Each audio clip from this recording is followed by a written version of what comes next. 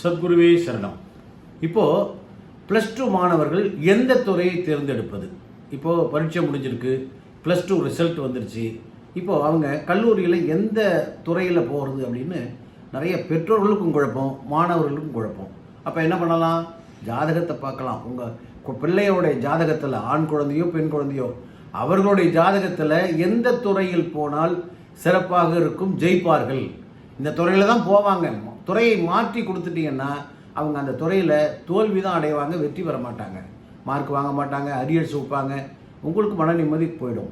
ஒரு முறை ஜாதகத்தை பார்த்து இவர்கள் எந்த ராசி, இந்த நட்சத்திரம், என்ன லக்னம், இவர்களுக்கு என்னென்ன கிரகங்கள், ராஜ கிரகங்கள் எப்படி இருக்குது, எந்த துறையில் போனால் இவர்களுக்கு வெற்றி பெற முடியும். புரியுதுங்களா? சூரியன் சந்திரனை பார்க்கணும், புதனை கண்டிப்பாக பார்க்கணும், செவ்வாயை பார்க்கணும்.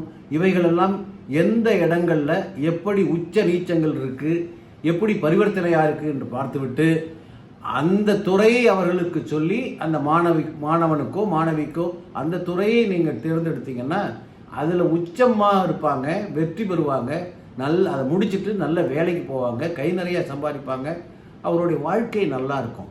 ஏன்னா துறை தேர்ந்தெடுப்பது தான் மிகப்பெரிய விஷயம். சில பேருக்கு ஆட்டோமேட்டிக்காகவே நல்ல கடவுள் அருளால் நல்ல கடவுள் கும்பிடுவாங்க, சாமி கும்பிடுவாங்க, கடவுளை நம்புவாங்க. அப்போ அவங்க மனசுலேயே நல்ல எண்ணம், இந்த துறைக்கு போகணும்னு தோணும், பெற்றோர்களும் ஒத்துக்குவாங்க, அப்படியே அந்த துறையை எடுப்பாங்க, நல்ல வெற்றி பெற்றுவாங்க. இது இயற்கையிலே நடக்கும் நிறைய பேருக்கு. சில பேருக்கு குழப்பமாக இருக்கும். அப்போ அவங்க ஜாதகத்தை ஒரு ஜோதிடர்கிட்ட பாருங்கள். பார்த்துட்டு அதை எந்த துறை அப்படின்னு நீங்கள் பார்த்துட்டிங்கன்னா உங்களுக்கு சுலபமாக இருக்கும். அவங்களுக்கு இந்த துறையில் அவங்க வெற்றி பெறுவாங்கன்னு ஜோதிடர் சொல்லுவாங்க. அப்போ அந்த துறையை தேர்ந்தெடுக்கும் பொழுது அவங்க அந்த துறையில் நல்ல படிப்பாங்க, நல்ல மார்க் வாங்குவாங்க, அரியர்ஸ் இருக்காது, முடிச்சுட்டு வேலைக்கு போயிடுவாங்க. ஆக எந்த துறை என்பதற்கு கண்டிப்பாக ஒரு ஆணுக்கோ பெண்ணுக்கோ ஜாதகம் பார்க்க வேண்டும் என்பது மிகப்பெரிய அவசியம். சரிங்களா? சப்ஸ்கிரைப் பண்ணுங்கள். வணக்கம்.